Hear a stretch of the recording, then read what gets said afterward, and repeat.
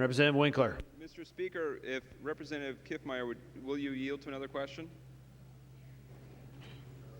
She will yield. Representative Winkler. Mr. Speaker, Representative Kiffmeyer, what you said was that if you're homebound, this language about the photograph means that you don't have to leave your house to get a photograph.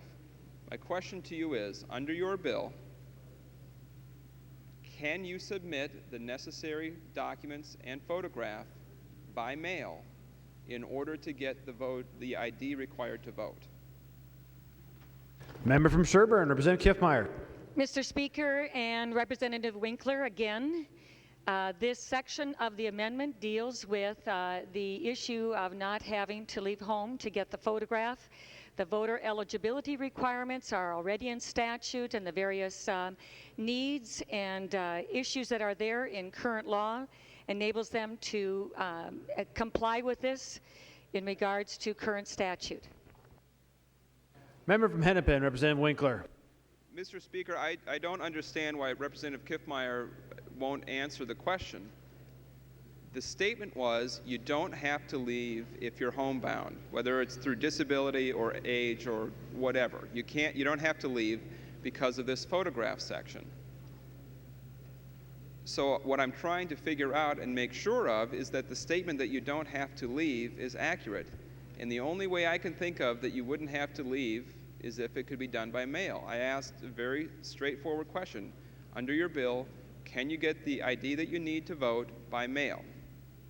And we don't have a yes, and we don't have a no, and we don't have an I don't know. So unless Representative Speaker is ready to give a yes, a no, or an I don't know, we have a gap between the statement about what this provision does and the bill. So I would just think that it's important that before we take an amendment to a bill that's very important, has a lot to do with people's ability to exercise their right to vote, that we have the facts before us. And Mr. Speaker, I'm going to try it one more time if Representative Kiffmeyer would yield. She will not yield. Representative Winkler, you still have the floor. Mr. Speaker, the author of the bill and the author of the amendment has refused to answer a simple question about the bill, a bill that affects your ability to vote. The point of having bills heard on the House floor is debate and discussion to vet the issues for the public and everybody else to see. And if you don't answer questions about your amendment, we should just stop. We should just vote by absentee ourselves. Stay home. Send an email. We don't need to be here. You said, Representative Kiffmeyer, that this would make it easy for people who are homebound. And when I asked you how, you won't answer the question. Members, if that's not a reason to vote no on this bill, nothing else is. It's not ready. It doesn't belong here if you can't answer the questions about how it works.